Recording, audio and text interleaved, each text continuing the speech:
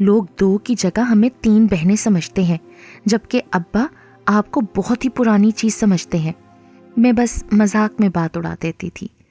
اماں کی پریشانی اور ابا کی نیندیں حرام ہونے کے دوران ہی عجیب اتفاق ہوا کہ بالکل افسانوی انداز میں امریکہ سے ابا کے کوئی دور کے بھانجے بھتیجے اپنے بزنس کے سلسلے میں طویل عرصے بعد پاکستان آئے، اور یہ بھی محض اتفاق تھا کہ ابا کی ملاقات ان سے ہوٹل میں ہوئی، اور یہ ابا کی ان سے محبت تھی، ضرورت کا کوئی احساس تھا، یا ان صاحب کو بھی ابا سے کسی قسم کا لگاؤ محسوس ہوا کہ وہ پہلے دن ملاقات کرنے آئے اور دوسرے روز سارے سامان لے کر چلے آئے، کیونکہ بقول ان کے کراچی میں ان کا کوئی قریبی یا دور کا رشتہ دار نہیں تھا جہاں وہ بے تکلفی سے جا ٹھہرتے۔ یہ ابا کی محبت تھی کہ وہ ان کے پرزور اصرار پر ملنے چلے آئے، اور جب ملاقات کامیاب رہی تو رہنے بھی آ گئے۔ میں تو پہلے ہی دن انہیں دیکھ کر گنگ رہ گئی تھی۔ وہ واقعی افسانوی ہیرو تھے، لمبے چوڑے، سمارٹ، خوبرو اور بلا کے ذہین و فتین، حاضر جواب، بات بات پر چٹکلے چھوڑنے والے۔ میرا واسطہ اب تک کئی لڑکوں سے پڑ چکا تھا، یونیورسٹی میں کئی لڑکوں سے سلام دعا تھی۔ لڑکے میرے لیے کوئی اجنبی مخلوق نہیں تھے۔ میں ان سے بات کرتے ہوئے کبھی نہ گھبرائی، نہ شرمائی، نہ کسی کو دیکھ کر دل دھڑکا، مگر ان صاحب کو، جن کا نام نبیل تھا اور جو اب میرے شوہر ہیں، دیکھ کر دل بے اختیار دھڑک اٹھا تھا۔ انہوں نے جب بات کی تو میرا چہرہ گلابی ہو گیا، بلکہ پیشانی پر بھی نمی سی آ گئی۔ بس یوں سمجھیے کہ میں نبیل کے آگے دل ہار گئی۔ خود نبیل کی نگاہوں نے بھی مثبت جواب دیا۔ یہ عجیب اتفاق تھا کہ سمرین ان دنوں یونیورسٹی کی طرف سے اپنی کلاس فیلوز کے ساتھ مری گئی ہوئی تھی، ورنہ عین ممکن تھا کہ آج یہ کہانی اس طرح نہ ہوتی جس طرح میں آپ کو سنانے جا رہی ہوں۔ سمرین کے بارے میں آپ کو یہ بتاتی چلوں کہ باوجود اس کے ہم دونوں ایک دوسرے کی قریبی دوست تھیں، ایک دوسرے کی بات سے بآسانی آگاہ ہو جاتی تھیں، مگر مزاجوں میں تھوڑا سا تضاد تھا۔ سمرین ہنسمکھ اور حاضر جواب تھی، جبکہ میں ذرا سنجیدہ طبیعت کی حامل تھی، مگر یہ نہیں کہ میں چڑچڑی یا بد دماغ تھی۔ بہرحال سمرین کے مقابلے میں زیادہ چلبلی نہ تھی۔ وہ مری میں پورے 10 دن رہی، اور ان 10 دنوں میں خیالوں میں خود کو نبیل کے لیے وقف کر چکی تھی، مگر مرحلہ یہ درپیش تھا کہ تمام تر مہربانیوں کے باوجود نبیل نے خود سے کچھ نہیں کہا تھا۔ پھر بھی مجھے یقین تھا کہ وہ مجھے پسند کرنے لگے ہیں۔ انہوں نے سمرین کی تصویر دیکھ لی تھی، مگر بڑے نارمل طریقے سے اظہار تعریف کیا تھا۔ ان کی نگاہوں میں نہ چمک ابھری تھی، نہ انہوں نے بےتابی سے کہا تھا کہ سمرین کب گھر آئے گی۔ مجھے دراصل لاشعوری طور پر ایک انجانا سا خوف تھا کہ نبیل کی جس طرح کی طبیعت ہے، سمرین اس کا جواب ہے، پھر یہ بھی کہ وہ مجھ سے 4 برس چھوٹی ہے، ابھی طالبہ ہی ہے، یعنی اس کے چانس مجھ سے زیادہ تھے، اور یہ نہیں ہو سکتا تھا کہ اگر نبیل کو سمرین پسند آ جائے تو میں اس کی راہ میں رکاوٹ بن جاؤں۔ یہ ساری باتیں ابھی میرے دل میں تھی کہ سمرین آ گئی۔ گھر میں ایک نئے مہمان کو دیکھ کر اس نے حیرانی سے سب کو دیکھا، کیونکہ نبیل کا انداز بہت ہی بے تکلفانہ قسم کا تھا۔ ہمارے ماں باپ بہت ہی زیادہ نبیل کی خاطر مدارات کر رہے تھے، کیونکہ انہیں بھی پتہ چل گیا تھا کہ وہ غیر شادی شدہ ہے۔ میرے خیال کے عین مطابق نبیل اور سمرین کی بہت جلد گاڑی چھننے لگی، اور نہ معلوم کب اور کس وقت دونوں ایک دوسرے سے عہد و پیما کر بیٹھے۔ مجھے تو اس بات کا بہت بعد میں علم ہوا، جب اماں نے ایک دن مسکراتے ہوئے بتایا، نبیل شادی کرنا چاہتا ہے۔ اماں کی بات سن کر میں چونکی، مگر نگاہیں جھکائے رکھی کہ کہیں امی کو پتہ نہ چل جائے کہ میں نبیل سے عشق کرنے لگی ہوں۔ ہاں، شادی کی بات سن کر دل دھڑکنے لگا تھا۔ امی کا مجھ سے ڈائریکٹ بات کرنے کا مطلب یہی تھا کہ وہ مجھ سے شادی کرنا چاہتے ہوں گے۔ اصولاً بھی میں بڑی تھی، امی پہلے میرا رشتہ ہی کرتی، پھر نبیل کی بولتی نگاہوں نے وہ سب کچھ سمجھا دیا تھا جو انہوں نے منہ سے نہیں کہا تھا۔ میں مطمئن تھی، کان امی کی طرف لگے ہوئے تھے کہ آگے وہ کیا کہنے والی ہیں۔ یہ کیسے ہو سکتا ہے بیٹا؟ جب تک بڑی کا رشتہ نہ ہو جائے چھوٹی کی کیسے کر دوں؟ زمانہ اور بھی باتیں بنائے گا۔ امی نے ٹھنڈی سانس بھری اور اٹھ گئیں۔ امی کی بات نے مجھے سن کر دیا۔ نگاہوں میں سمرین اور نبیل کے اندازے گفتگو، مذاق، ہنسی، گھومنا پھرنا سب کچھ گھوم کر رہ گیا۔ یہ نہیں کہ وہ اکیلے گھومے پھرے، تنہائی میں گفتگو کی، بلکہ ہمیشہ میں ان کے ساتھ ہی رہی، مگر کبھی بھی یہ محسوس نہ ہوا کہ وہ دونوں ایک دوسرے سے عشق کرتے ہیں۔ یہ پہلی دفعہ تھی کہ اتنی عزیز اور پیاری بہن کے لیے میرے دل میں حسد پیدا ہوا۔ میں نبیل سے دل ہی دل میں عشق کرنے لگی تھی۔ اب یہ ناممکن تھا کہ میں پیچھے ہٹ جاؤں، اور باوجود اس کے کہ سمرین اس بات سے یقیناً بے خبر تھی کہ نبیل کے لیے میرے جذبات کیا ہیں، میں سمرین سے نفرت محسوس کرنے لگی۔ مجھے ایسا لگا کہ اس نے خاموشی سے مجھے شکست دے دی ہے۔ نبیل نے میری بے عزتی کی ہے۔ بے عزتی اور شکست کے احساس نے مجھے توڑ پھوڑ کر رکھ دیا۔ میں 24 گھنٹے سمرین اور نبیل پر نظر رکھتی تھی۔ ان دونوں کو ہنستے بولتے دیکھ کر دل ہی دل میں کڑتی تھی۔ قدرتی طور پر میں مزید سنجیدہ اور خاموش سی ہو گئی۔ سمرین پر تو غصہ تھا ہی، نبیل پر اور بھی شدت سے غصہ آتا تھا کہ انہوں نے کیوں التفات برتا، کیوں اپنے انداز سے ظاہر کیا کہ وہ بھی مجھے پسند کرتے ہیں۔ کبھی کبھی خود پر غصہ آتا، ارے میں کیوں کمزور پڑ گئی، میں نے کیوں محبت کے جذبوں کے آگے سر جھکا دیا۔ گھر میں اس بات پر بڑی کھچڑی پکی کہ بڑی بہن کی موجودگی میں چھوٹی کی شادی کیسے ممکن ہے۔ نبیل نے اس کا یہ حل نکالا کہ بجائے شادی کے فی الحال منگنی ہو جائے۔ انہوں نے کہا، فی الحال 1 سال تک میرے بھی کچھ ایسے کام ہیں جنہیں میں سمیٹنا چاہتا ہوں، بلکہ میرا ارادہ ہے کہ پاکستان میں سیٹ ہو جاؤں۔ اس طرح ہو سکتا ہے کہ اس 1 سال کے عرصے میں افشاں کا رشتہ بھی آ جائے، یوں دونوں بہنوں کی شادی ایک ساتھ ہو جائے گی۔ جس وقت نبیل یہ بات کر رہے تھے، میں نے دیکھا اچانک ان کی نظر مجھ پر پڑی اور وہ خجل سے ہو گئے۔ انہوں نے نگاہیں چرائیں اور جلدی سے کسی کام کے بہانے اٹھ گئے۔ 15 دن کے اندر اندر سمرین اور نبیل کی منگنی ہو گئی۔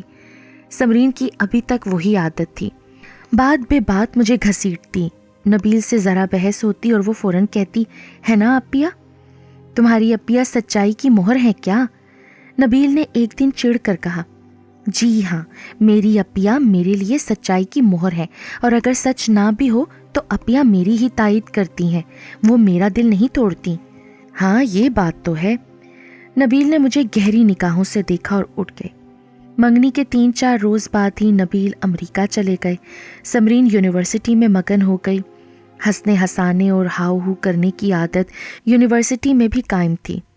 اپنے ڈپارٹمنٹ کے تقریباً ہر لڑکے سے اس کی دوستی تھی، مگر جب منگنی کے بعد سمرین یونیورسٹی گئی اور کلاس میں اس کی منگنی کی خبر پھیلی تو جہاں بہت سے لڑکوں نے محض مذاق میں دل تھام کر ہائی کرنے کی ایکٹنگ کی، وہیں ریاض نامی ایک لڑکا اپنے حواسوں میں نہ رہا۔ اس نے سب کے سامنے سمرین سے باقاعدہ جھگڑا کیا۔ اس کا کہنا تھا کہ وہ شروع دن سے اس کے خواب دیکھ رہا تھا۔ تم خواب ہی کیوں دیکھتے رہے، آگے بڑھ کر بات کیوں نہیں کی؟ سمرین کی دوست ہنا نے چڑ کر کہا۔ اس لیے کہ سمرین نے کبھی یہ خیال ظاہر نہیں ہونے دیا کہ وہ کسی اور کو پسند کرتی ہے یا کر سکتی ہے۔ اس کی مجھ سے دوستی رہی ہے۔ دوستی تو میری اور بھی بہت سے لڑکوں سے ہے، مگر میں نے خدا نہ خواستہ کسی سے عشق و محبت تو نہیں کیا، اور نہ ہی کسی سے اشارے کنائے میں کوئی وعدہ کیا ہے۔ تم تو مجھے بدنام کرنے والی بات کر رہے ہو ریاض۔ سمرین روحانسی ہو گئی۔ مگر یہ سچ ہے کہ ریاض واقعی صرف اور صرف تمہاری طرف مائل تھا۔ اب ایک لڑکے نے ریاض کی حمایت کی۔ ہاں، میرا بھی یہی خیال تھا کہ سمرین اور ریاض ایک دوسرے کو پسند کرتے ہیں۔ کچھ لڑکوں نے بھی ہاں میں ہاں ملائی۔ سمرین اس صورتحال سے روحانسی ہو گئی۔ پوری یونیورسٹی میں یہ بات پھیل گئی کہ ریاض کو سمرین نے دھوکہ دیا اور ایک دولت مند امریکہ پلٹ سے منگنی کر لی۔ یہ بھی عجیب اتفاق تھا کہ میں بھی ریاض کو جانتی تھی۔ ریاض میرا کلاس فیلو تھا۔ وہ کچھ عرصے پہلے جاب پر لگا تھا اور پھر جاب چھوڑ کر دوبارہ یونیورسٹی جوائن کر لی تھی۔ وہ بھی AA کر رہا تھا۔ وہ مجھ سے بھی بخوبی واقف تھا، یہی نہیں 2-4 بار کلاس فیلوز کے ساتھ گھر بھی آیا تھا۔ اس نے حوالہ دیا کہ وہ تو اس وقت سے سمرین کو چاہتا ہے جب اس نے یونیورسٹی جوائن کی تھی۔ یونیورسٹی میں پھیلی یہ کہانی اڑتے اڑتے محلے میں بھی پھیل گئی۔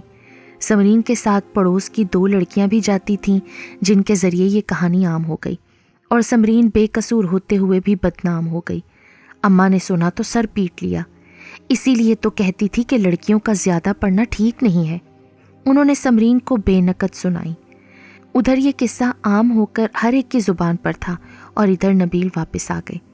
سمرین انہیں دیکھ کر خوش ہونے کی بجائے پریشان ہو گئی۔ میں باوجود اس کے کہ جانتی تھی سمرین بے قصور ہے، کلاس فیلوز ہوں یا یونیورسٹی کے دوسرے لڑکے، اس کا رویہ سب سے یکساں ہوتا تھا۔ اس کا انداز ہی اتنا لیے دیے ہوتا کہ کوئی بھی اس کے بارے میں غلط بات نہیں کر سکتا تھا۔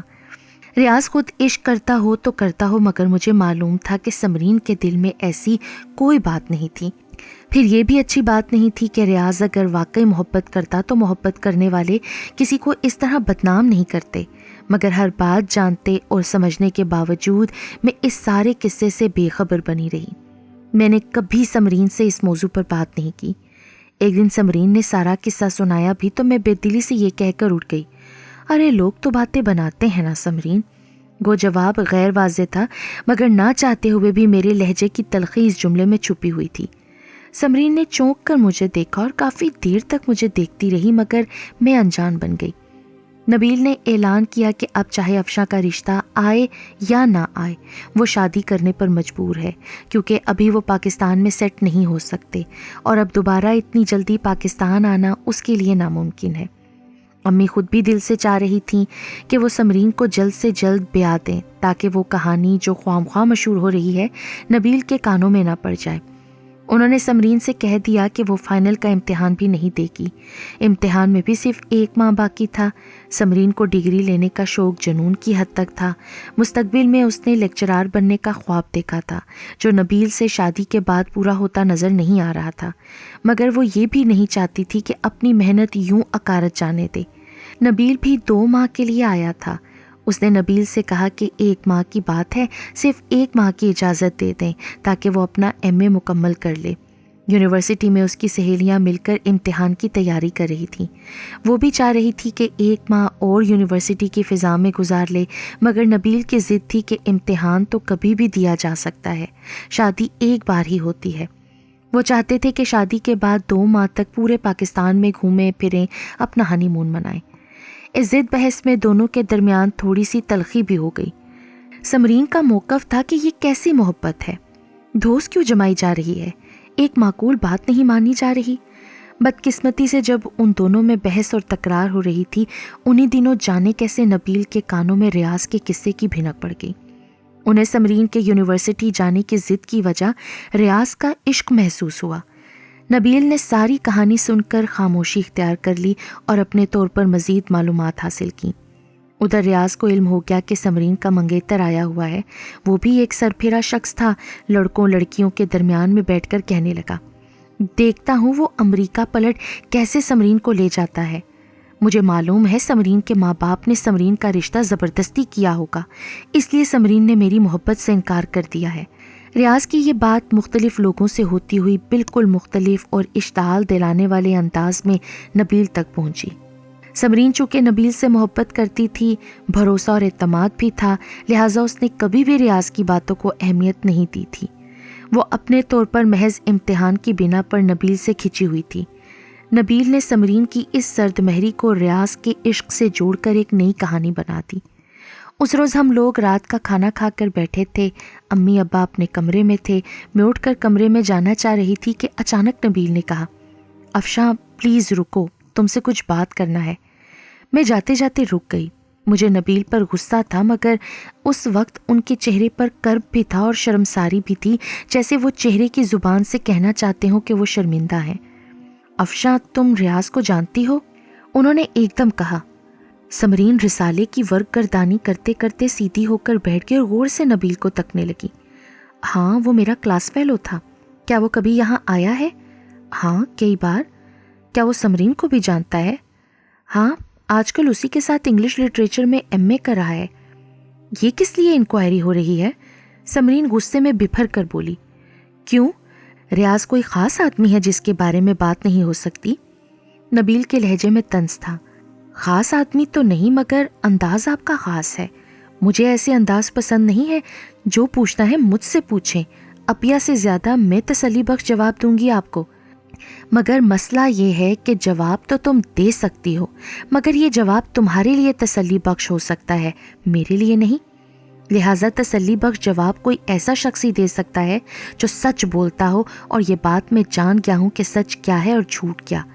میں جھوٹ کے فریب میں آ گیا، شاید اسی لیے مجھے یہ سزا ملی ہے کہ میں پہلے سے جھوٹ سچ کو نہیں پرکھ سکا۔ آپ پہیلیاں مت بھجوائیے، اصل بات بتائیے۔ جو بات مجھے معلوم ہوگی وہ کسی اور کو نہیں معلوم ہو سکتی۔ سمرین نے غصے سے کہا، ہاں جو خاص بات تمہیں معلوم ہوگی وہ کوئی نہیں بتا سکتا، بتانے والے تو بس عام سی دیکھی دکھائی سنی سنائی باتیں بتاتے ہیں نا۔ نبیل غصے میں دھاڑا۔ افسوس کہ میں نے ہی جھوٹ اور سچ کی تمیز کھو دی۔ وہ بار بار جھوٹ سچ کی گردان جس انداز میں کر رہا تھا اور سچ کے نام پر میری طرف جس طرح دیکھ رہا تھا، وہ انداز مجھے سب کچھ سمجھانے کے لیے کافی تھا۔ مجھے یہ احساس بہت خوشی دے رہا تھا کہ انہیں معلوم ہے کہ میں انہیں پسند کرتی ہوں، انہیں بھی مجھے نظر انداز کرنے کا افسوس ہے۔ نبیل کے اس طرح دھاڑنے پر سمرین کی آنکھوں میں آنسو آ گئے۔ حقیقت میں اس کا ریاض سے کوئی تعلق نہیں تھا، مگر نبیل نے جس انداز میں اس پر شک کیا تھا اس سے اسے ذہنی جھٹکا لگا۔ ٹھیک ہے، میں جھوٹ بولوں گی یا سچ، مگر آپ کے پاس بھی کیا ثبوت ہوگا نبیل کہ آپ نے جو کچھ سنا ہے وہ سچ ہے؟ میں کسی ایسی شخصیت سے گواہی لوں گا جو سچ کے سوا کچھ نہیں کہہ سکتی، اور میرا خیال ہے کہ اس سچائی سے تم بھی منحرف نہیں ہو سکتی۔ میں تمہاری اپیا سے گواہی لوں گا۔ اپیا پر تو تمہیں یقین ہے نا، بقول تمہارے بچپن سے آج تک انہوں نے ہمیشہ تمہاری تائید کی ہے، چاہے بات غلط ہو یا صحیح۔ ہاں تو آپ اپیا سے پوچھ لیں نا، بے شک پوچھ لیں۔ اپیا کو بھی خبر ہے کہ میں نے سوائے آپ کے کسی کو بھی اس انداز سے نہیں دیکھا کہ مجھ پر الزام تراشی ہو۔ میں ایسی لڑکی نہیں ہوں نبیل، وہ دکھ سے بولی۔ آنسو اس کی آنکھوں سے رواں تھے۔ نبیل پر نہ اس کے آنسو اثر انداز ہو رہے تھے نہ اس کی باتیں۔ وہ مسلسل غصے میں تھے اور میں اس لمحے زندگی بھر کے لیے ایک فیصلہ کر لینے کے خیال میں منہمک تھی۔ میں سوچ رہی تھی یہ کمزور لمحہ دوبارہ نہیں آئے گا۔ مجھے نبیل پھر کبھی ایسی نظروں سے نہیں دیکھیں گے جن میں مجھے کھونے کا احساس شامل ہو۔ سمرین ان کے دل سے اتر چکی تھی۔ اب تو دل سے اترنے کے فیصلے پر میری گواہی کی مہر لگنا باقی تھی، اور بس یہ وہ کمزور لمحہ تھا جب میرا ضمیر سو گیا، یا شاید محبت کا جذبہ کسی کے لیے بیدار ہو جائے تو خون کے رشتے بھی حسد اور رقابت کی نظر ہو جاتے ہیں۔ میں بارہا آدھی رات کو اٹھ بیٹھی تھی، نبیل کے چھن جانے کے احساس سے آنسوؤں کے سمندر میں ڈوبی تھی، اور ہمیشہ نبیل سے زیادہ سمرین کو مجرم گردانا تھا۔ اس کے ہر دم ہنسنے ہنسانے اور دوسروں سے بے تکلف ہو جانے کی عادت نہیں تو نبیل کو مجھ سے چھین لیا تھا، اور یہی وہ عادت تھی کہ ریاض بھی غلط فہمی کا شکار ہو گیا۔ آپ پوچھیں اپیا سے، پوچھیں نا۔ وہ آنسوؤں سے تر چہرہ لیے نبیل سے مخاطب ہوئی، پھر میری طرف دیکھ کر بولی، بتائیے نا اپیا، میرا ریاض سے کیا تعلق ہے؟ میں نے تو اسے کبھی لفٹ بھی نہیں کرائی، ہے نا اپیا؟ اس نے حسب عادت امید بھری نگاہوں سے مجھے دیکھا، مگر اسے خبر نہیں تھی کہ اس کی اپیا خود غرض محبت کی شکار ہو چکی ہے۔ وہ اسے اپنا رقیب تصور کر رہی ہے۔ اس کی آنکھوں سے شناسائی اور دل سے بہن کی محبت کے جذبات ختم ہو چکے ہیں۔ میں نے منہ سے کچھ بھی نہیں کہا۔ میری آنکھیں اور خاموش لب نبیل کو بہت کچھ سمجھا گئے۔ وہ سچی لڑکی ہے، جھوٹ بولنا اور نبھانا صرف تمہیں آتا ہے، نبیل تلخی سے بولے۔ سمرین نے پتہ نہیں نبیل کی بات غور سے سنی یا نہیں، مگر مجھے اس نے جن نظروں سے دیکھا، وہ نظریں، وہ اعتبار ٹوٹنے کا دکھ اور کرب جو اس کے چہرے پر چھایا تھا، وہ حیرت، تعجب اور بے یقینی میں آج تک نہیں بھول پائی۔ مجھے یاد ہے اس نے کہا تھا، اگر اپیا میرے حق میں بھی بولی ہوتی تو تب بھی میں آپ کو رد کر دیتی، ساری عمر شادی نہ کرتی، مگر آپ سے دوبارہ ناطہ نہیں جوڑتی، کیونکہ کچھ رشتے ایسے ہوتے ہیں جو ایک بار اعتبار کھو دیں تو ہمیشہ ہمیشہ کے لیے ختم ہو جاتے ہیں۔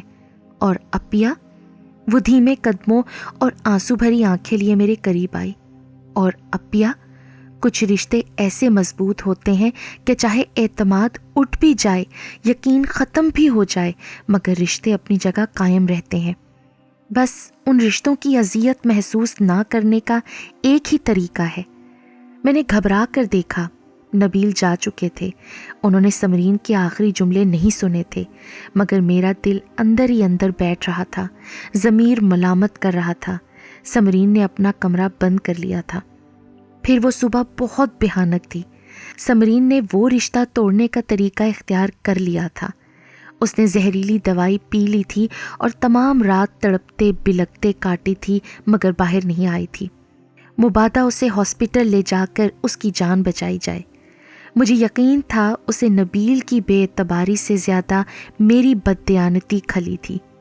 ایک بہن کے رشتے کی بے اعتباری پر وہ بالکل ٹوٹ پھوٹ گئی تھی اور اسے اندازہ ہو چکا تھا کہ در حقیقت میں بھی نبیل کو ہی پسند کرتی ہوں۔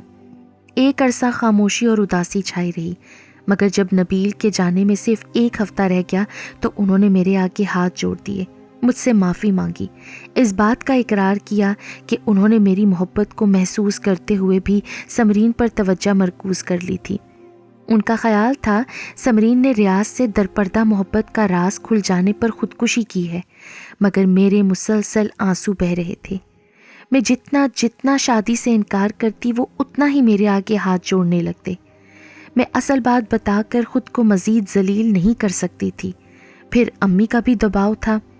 یہ بھی خوش نصیبی ہے بیٹا، ورنہ سمرین نے جو کچھ کیا اس کا اثر تم پر بھی پڑتا اور پڑے گا۔ یہ تو نبیل کی نیکی ہے بیٹا کہ وہ خالی ہاتھ نہیں جانا چاہتا، امی نے مجھے سمجھایا۔ دکھ سے میرا سینہ پھٹنے لگا، گویا امی بھی سمرین کو ہی قصوروار سمجھ رہی تھی، مگر قدرت کا شاید یہی انتقام ہے کہ کسی کو موت کا سکون دے دیتی ہے اور کسی کو زندگی بھر نہ مرنے دیتی ہے نہ جینے۔ سو عمر بھر جان کنی کا عذاب میرے مقدر میں لکھا گیا۔ اپنے کیے کی سزا پاتے ہوئے آج 20 برس گزر چکے ہیں۔ قدرت نے اولاد جیسی نعمت سے بھی ہاتھ کھینچے رکھا ہے۔ میرے اندر واقعی محبت کے جذبے نے کبھی بھی سر نہیں اٹھایا، اور میری سرد مہری پر جب بھی نبیل اعتراف محبت کرتے ہیں میں پتھر کی بن جاتی ہوں۔ سمرین سامنے آ کھڑی ہوتی ہے نا اپیا، اور پھر میری روح کی گہرائیوں تک کر پھیل جاتا ہے۔ میں اس وقت کو کوستی ہوں جب ایک کمزور لمحے نے، میری خود غرضی نے، میری بے اعتنائی نے میری پیاری بہن کو مجھ سے ہمیشہ کے لیے دور کر دیا۔